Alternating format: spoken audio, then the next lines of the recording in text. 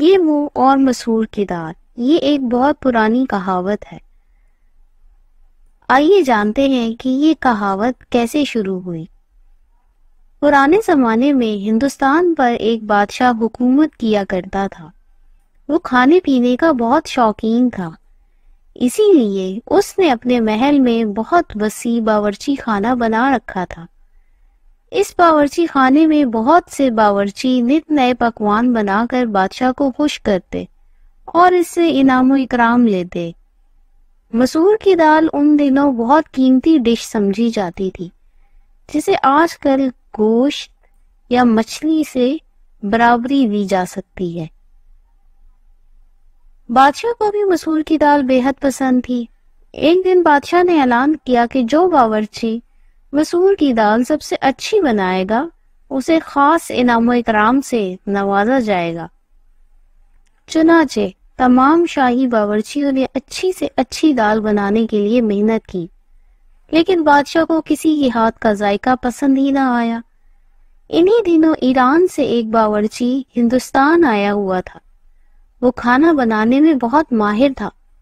اسے بھی محل میں دعوت دی گئی تاکہ وہ بھی اپنی قسمت آزمائے۔ خدا کا کرنا یہ ہوا کہ بادشاہ کو حاذق نامی اس ایرانی باورچی کی بنائی گئی دال پسند آ گئی، چنانچہ اسے انعام و اکرام دے کر شاہی باورچیوں میں شامل کر لیا۔ رفتہ رفتہ یہ باورچی بادشاہ کا خاص اور لاڈلا بن گیا۔ بادشاہ کو جب بھی مسور کی دال کھانا ہوتی تو حاذق ہی کو کہا جاتا۔ دن یوں ہی گزرتے گئے۔ ایک دن بادشاہ بیمار پڑ گیا۔ اسے لگا کہ اس کا آخری وقت آن پہنچا ہے، چنانچہ بادشاہ نے شاہی خاندان کے تمام افراد کو ایک دعوت پر مدعو کیا تاکہ نئے بادشاہ کے نام کے لیے سوچ بچار کی جا سکے۔ چونکہ بادشاہ کی کوئی اولاد نہ تھی، ایک نئے بادشاہ کے لیے کسی قریبی عزیز کا نام دے دیا گیا۔ اس اعلان کے چند روز بعد ہی بادشاہ کا انتقال ہو گیا۔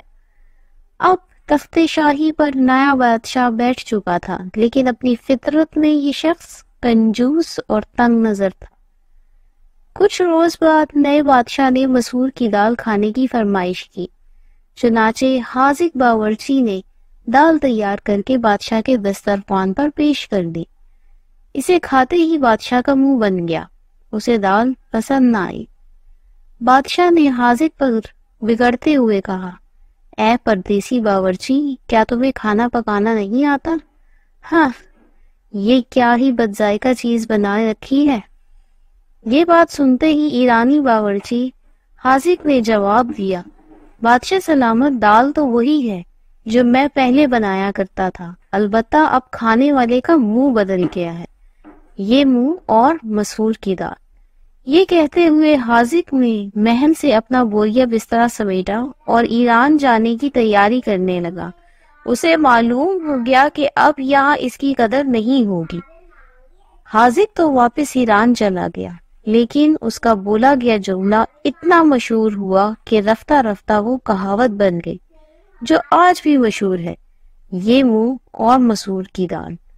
آج بھی اگر کوئی شخص کسی کام یا کسی خدمت کے لائق نہیں ہوتا تو اس کے لیے یہی کہاوت بولی جاتی ہے۔